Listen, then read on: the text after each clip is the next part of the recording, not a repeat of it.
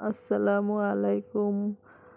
আজকে রান্না করব মুরগির গিলা কলিজা। চুলাতে প্যান বসিয়ে দিয়ে দিলাম পেঁয়াজ কুচি।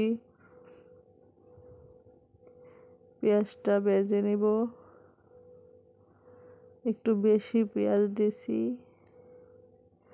পেঁয়াজটা ভাজা হয়েছে, এখন দিয়ে দিলাম সব মশলা, আদা, রসুন, জিরা, হলুদ, মরিচ, লবণ, আস্ত গরম মশলা।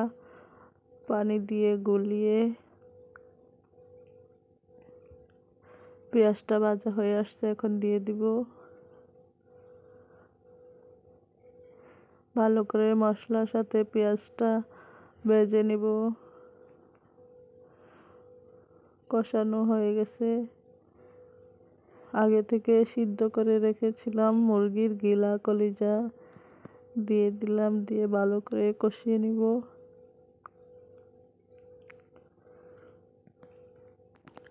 কষানো হয়ে গেছে,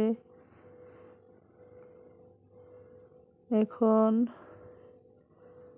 ভালো করে নাড়াচাড়া করে দিয়ে দিব পরিমাণ মতো পানি।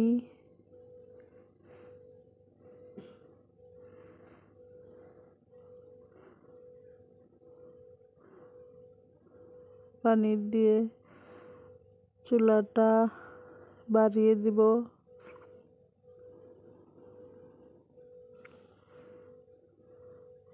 এখন দিয়ে দিব হাফ চামচ গরম মশলা।